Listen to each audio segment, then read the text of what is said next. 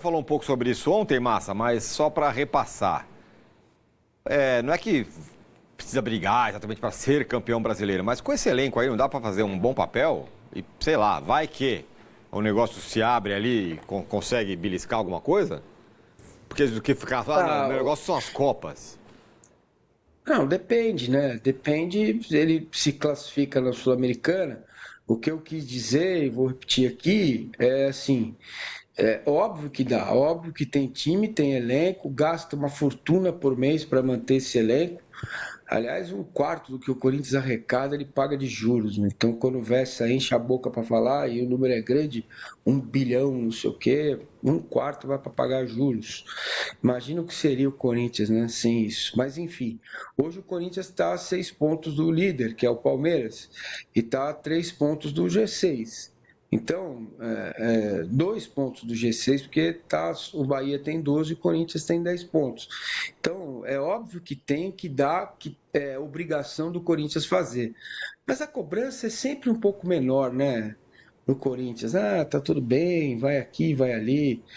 O time gasta uma fortuna, tá todo cheio de problema fora de campo, problema com polícia, com justiça, e isso acaba sempre amenizando um pouco o Corinthians nos pontos corridos. Então, imagino que o Corinthians vai ganhar do Mirassol em casa, esse é um jogo que não precisava nem ter, podia fazer igual o Colo-Colo com o Fortaleza, já dar os 3 pontos para o Corinthians, dependendo dos outros resultados, ele pode chegar na parada para o Mundial aí bem colocado, e aí tem que escolher, né?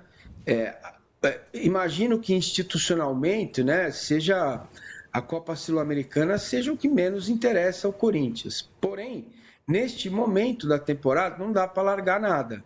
Tem que buscar a vitória hoje, e 7 pontos, para tentar ao menos ficar ali em segundo lugar e seguir na Sul-Americana, porque é uma competição internacional, um título.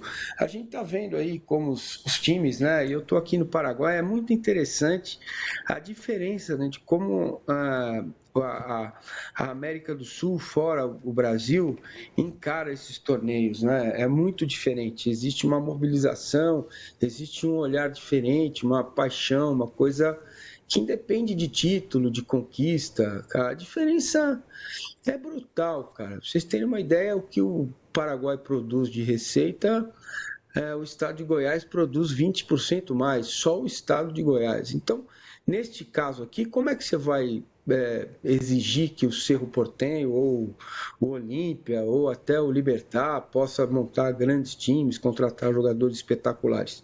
Não há como, mas o amor, a paixão que as pessoas têm pelo jogo e pelos seus clubes, ela é fundamental. Isso que a gente está vendo aí do Colo-Colo é um negócio inacreditável. Tá certo que as pessoas vão para Fortaleza também, né? Pô, não vamos poder entrar no jogo, mas a gente vai lá, dá um abraço no time e dá um mergulho. Também tem isso, né? O América do Sul é um pouco carente de praias quentes, né? Uma água quente, enfim. Então a galera aproveita também para fazer um turismo. Dá para entender e colocar isso no contexto. Mas o Corinthians, cara, com o Dorival me parece estar está se especializando em ser bombeiro em momentos difíceis em Copas, né? Talvez seja essa a grande marca dele, né? Até ele encerrar a carreira como treinador.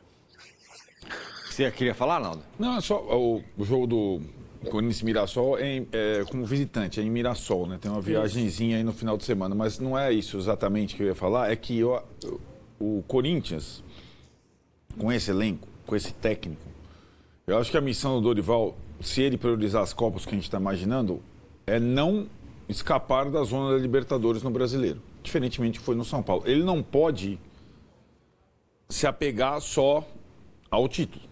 Com esse elenco, ele tem que, no mínimo, levar o time de novo para a Libertadores, né? Sendo um dos mais caros do país. Então, uma coisa é... tá bom, vamos lá. Nessa semana eu vou com os meus principais contra o América de Cali e vou revezar um pouco lá em Mirassol. O que ele não pode é fazer o que ele fez no São Paulo. Porque se aquela bola do Nestor não entra, o São Paulo perderia a Copa do Brasil e ele ficaria fora de todas as competições no ano seguinte. Isso. Porque o brasileiro foi abaixo da crítica. eu imagino que só pela largada, está muito cedo ainda, mas só pela largada de Palmeiras e Flamengo, seja difícil para qualquer time acompanhar Palmeiras e Flamengo nos pontos corridos. Então, agora, isso não tira do Corinthians, o Dorival, com esse elenco, a responsabilidade de estar no bolo, no G6 e tudo mais. Tudo menos do que isso é ruim, mesmo se ele priorizar as Copas, né? Era mais ou menos a conversa do Flamengo, à época, né? Beleza, você vai lá na Libertadores, na Copa do Brasil com tudo, beleza, desde que você no Brasileirão esteja na zona de classificação para a Libertadores do próximo ano, que é o que qualquer clube grande com mínimo de investimento tem que almejar para a temporada seguinte. Aí tá tudo certo, concordo, e o Arnaldo pega o ponto que eu acho que tem que pegar. A cobrança dentro de um G6. Porque ou a gente cai em contradição. Se a gente fica falando espanholização, os dois estão diferentes, os dois têm mais... A gente vai querer que um terceiro time ultrapasse esses dois? Aí vira uma conversa de maluco. Mas o que você está dizendo, você está perfeito. Eu acho perfeito. Lutar por Libertadores, aí tá tudo bem. Eu acho até que o Corinthians, pelo investimento, o Cruzeiro, se eles não tivessem frente tripla, se o Corinthians estivesse na situação do Cruzeiro, ou estiver amanhã na situação do Cruzeiro, se ele não ganhar do América de Cali e não tiver mais a competição sul-americana, aí ele tem condição de brigar pelo título brasileiro, sim, como o Cruzeiro pode ter. Né? Acompanhar os outros, porque os outros têm... É aquilo, a gente não sabe exatamente como ficarão Palmeiras e Flamengo durante e depois do Mundial. Sim. Corinthians não vai disputar. Cruzeiro não vai disputar, né? Então, estou falando de dois elencos caros, com bons jogadores que poderiam ser o intruso da vez, que você fala sempre, né? O ano passado foi o Botafogo, esse ano não dá a pinta de ser o Botafogo, você já viu os muros pichados lá no... Como é que era? Tio Sam. Cadê o Tio Sam? Cadê o Tio Sam? Acorda. Acorda, Tio Sam. Né? Good morning, Tio Sam, sei lá, hello, Tio Sam. Já é um cenário um pouco diferente do ano passado, né? O Botafogo não largou bem nem no Brasileiro e nem na Libertadores. Então, eu não acredito no Botafogo, mas algum outro pode. Eu acho, sobretudo o Cruzeiro dá esse sinal, sobretudo porque a Sul-Americana para ele praticamente já foi, né? Então, vamos ver como é que fica aí. Ainda temos quase 10 jogos, pouco menos para cada um, até a parada para o Super Mundial. Sem querer pressionar.